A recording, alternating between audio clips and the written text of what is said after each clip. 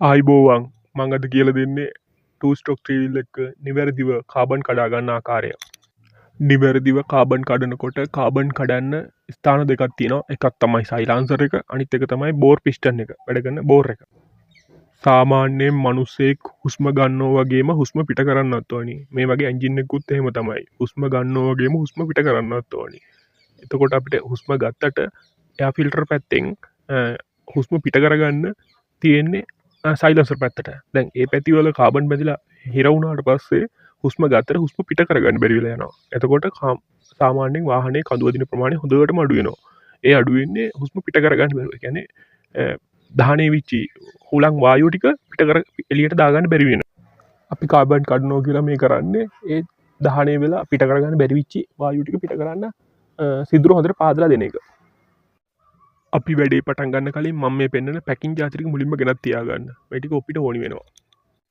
මුලින්ම සයිලාන්සර් කඳේ රවුම් ලොකු පැකින් දෙක මේ සයිලාන්සරේ බෝර් එකට හයි වෙන තැනට හයි වෙන පැකින් දෙක ඒ වගේම ගෑස්කට් පැකින් එකයි ඊගවට බෝර් පැකින් එක බෝර් පැකින් එක නම් මගේ නම් කැලි දෙක ගැලවෙලා තියෙන්නේ. ඒ දෙක කමන්න එකට හයි කරන්න පුළුවන් තියලා ඔය ජාතික ගෙනත් තියාගෙන වැඩේට බහින්න. දැන් අපි වැඩේට යමු බලන්න. මුලින්ම මෙතන යට තියෙන සයිලන්සරේ ඇනේ සහ බෝර් එකට හයි වෙලා තියෙන ඇන දෙක ගලවලා සයිලන්සරේ ගලව ගන්න. ඒ වගේම මෙතන ගෑස්කට් මූඩිය ගලව ගන්න. ඒකට මේ වගේ 11 යතුරක් භාවිතා කරන්න පුළුවන්. අපි මේකෙන් මුලින්ම ගලවමු. ඔන්න ගෑස්කට් එක ගලවපුවම අපිට මේ වගේ දකින්න පුළුවන්. ගොඩක් වෙලාවට මේ වටේ වාටියත් හොඳට ෂාප් එකකට තියෙන්න ඕනි. හොඳට මේ ටික මේ වාටිය හොඳට වැලි කොලකින් කපලා හදා ගන්න ඕනි. ඇතුළ ටික සුද්ධ කරගන්න. ගොඩක් අය කාබන් කඩනෝ කියලා කඩන්නේ සයිලාන්සරේ කාබන් අයින් කරනවා විතරයි. ඒත් ඒක එච්චර සාර්ථක ක්‍රමයක් නෙවෙයි. හරියට සාර්ථකව කරනවා නම් බෝර් එකෙත් කාබන් ටික කඩන්න ඕනි. මේ වගේ පිස්ටන් එක ඉස්සරහා තියෙද්දි මෙතන පිස්ටන් එකේ මුදුනේ තියෙන කාබන් ගතියත් සූරලා අයින් කරගන්න. මම නම් ඒකට කියත් පටිය පාවිච්චි කරනවා. කියත් පටියකින් හොඳට සුද්ධ කරලා දාන්න. එන්ජින් එක පිටිපස්සට කරලා තියෙද්දි මේ බෝර් එක පිටිපස්සට කරලා තියෙද්දි සූරන්න යන්න එපා. මොකද එන්ජින් එකේ බාත් එකට වැටෙනවා මේ එතන සූරනවා ඩස්ට් එක වගේ ටික. ඒකින්ද මේ බෝර් එක ඉස්සරහා තියෙද්දි තමයි සුද්ධ කරන්න ඕනේ.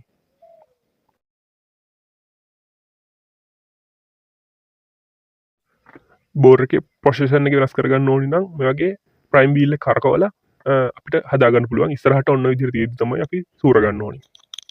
මේ වගේ පස්තර කරපුවම අපිට මේකේ බලන්න පුළුවන් කාබන් බැඳෙන තැන. මේ වටේ 5 පොට් එක තියෙනවා. මැද සයිලන්සර් පොට් එක තියෙනවා. ඒකේ තමයි ගොඩක්ම මේ කාබන් බැඳෙන්නේ. මට පෙන්වන්න පුළුවන්ද බලමු. අර තියෙන මේ වගේ විදිහට කාබන් තියෙනවා. අපි ඉදිරියට බලමු විස්තරේ. අපි දැන් සයිලන්සර් පොට් එක සුද්ධ කරගන්නත් එක බෝර් එක ගලවන්න ඕනි. මේ බෝර් එක ගලවන්න තමයි අපි දැන් හදන්නේ. මේ වගේ හිමින් සැරේ ඉස්සරහට අදින්න. හයියෙන් අදින්න එපා. පරිස්සමෙන් හිමින් සැරේ අදින්න. එතකොට අතන දැන් අර වෙන් වෙලා අපිට පේනවා. ඔක අතන පිටිපස්සේ තියෙනවා පොඩි රවුම් වීල් දෙකක්. ඒ දෙකට හානියක් නොවෙන්න පොඩ හිමින් හිමින් සැරේ හොල්ලලා ගන්න. මම මේ තනිය අතින් කැමරාවත් එක්ක කරපු නිසා ටිකක් අමාරු වුණා මට. මම ගලවලා ඔයාලට පෙන්නන්නම්.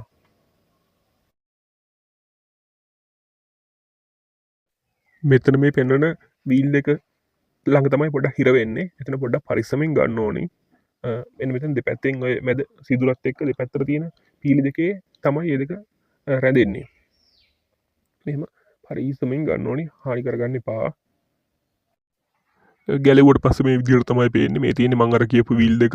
මේ දෙකේ පොඩි කට්ට දෙකක් තියෙනවා. ඒ කට්ට දෙක තියෙනකොට අර පීලි දෙකට වැහෙන්න තමයි තියන්න ඕනි. මම ඉදිරියට ඒක පෙන්වන්නම්. මෙන්න මේ කට්ට දෙක අර පීලි දෙකට ගානට බහින්න ඕනි. හැඩේ වෙනස් වෙන්නේ නැති වෙන්න තියන්න ඕනි හයි කරන අවස්ථාවේදී. මේ තමයි පිස්ටන් එක වැඩ කරන බෝර් එක ගලවගෙන තියෙන්නේ.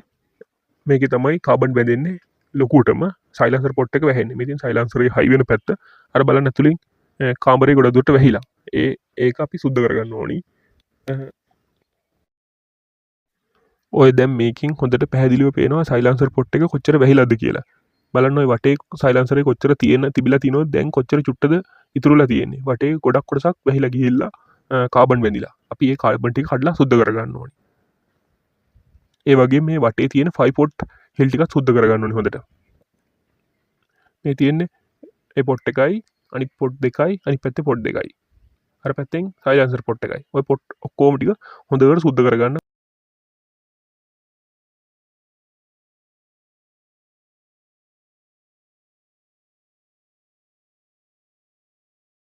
දැන් මම මේ කියලා දෙන්න යන්නේ සයිලන්සරේ ගලවන්න කලින් මුලින්ම මෙතනින් කරන්න ඕනි දෙයක් ගැන.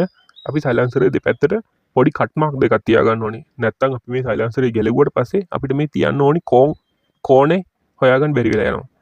අපි ඒක නිසා මේකට කට් මාක් එකක් තියාගන්න ඕනි.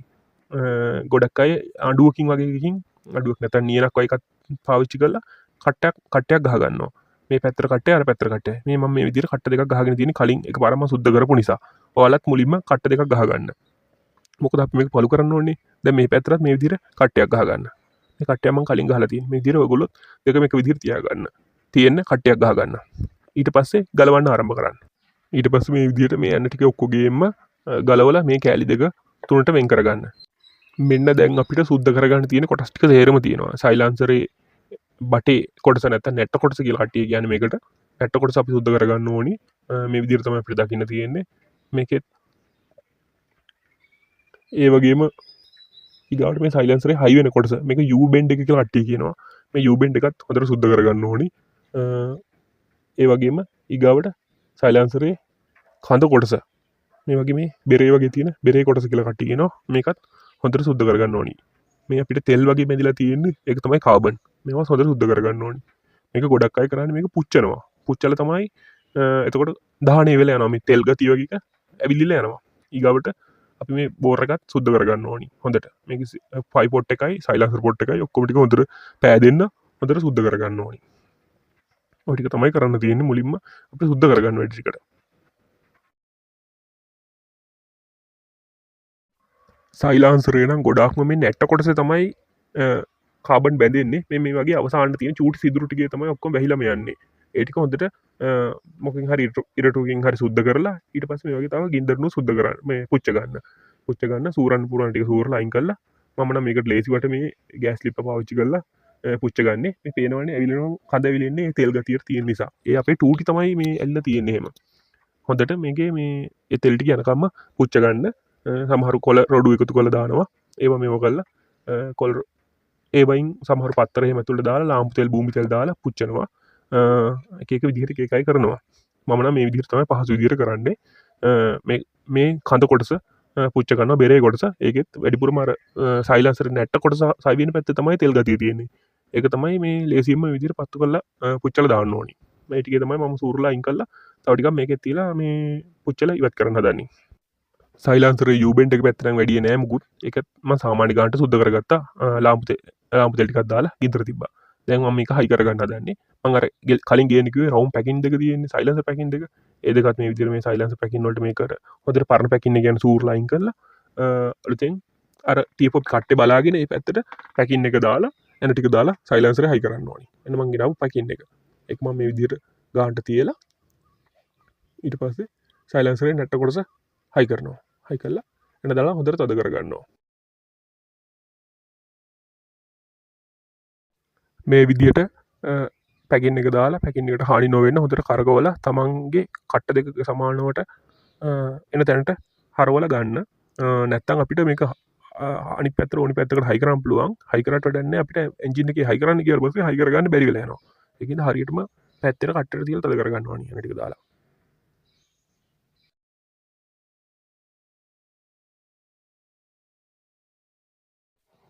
නැට්ට කොටස හයි කරලා ඉවරයි.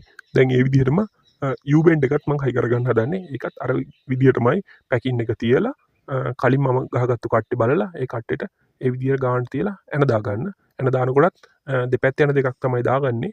දාලා ඊට පස්සේ තමයි අනිත් එන දාලා හොඳට තද කරගන්න. සයිලන්සරේ වැඩි අවසානයි. ඒක පැත්තකින් තිබ්බා. දැන් බෝර් එකත් මම සුද්ධ කරගෙන ගෙනහල්ලා මේ විදිහට තියෙනවා. මේ බලන්න හොඳට මම සුද්ධ කරලා හොදලා හදලා තියාගෙන ඉන්නවා. මේ බලන්න සයිලන්සර් කටත් මම හොඳට ඩ්‍රිල් කට්ටක් දාලා ඩ්‍රිල් එකකින් හොඳට කාබන් කැඩෙන්න සූරලා හදලා තියෙන්නේ. හොඳ ඩ්‍රිල් කරලා සීරුව දැන් නම් කිසිම කාබන් පොඩ්ඩක්වත් නැහැ. සයිලන්සර් කට හොඳට පෑදිලා තියෙන්නේ. ওই විදිහට තියෙනවා. ඒ වගේම මේ 5 පොට් කටවල් ටිකේ පොඩි ඒවා තිබ්බා.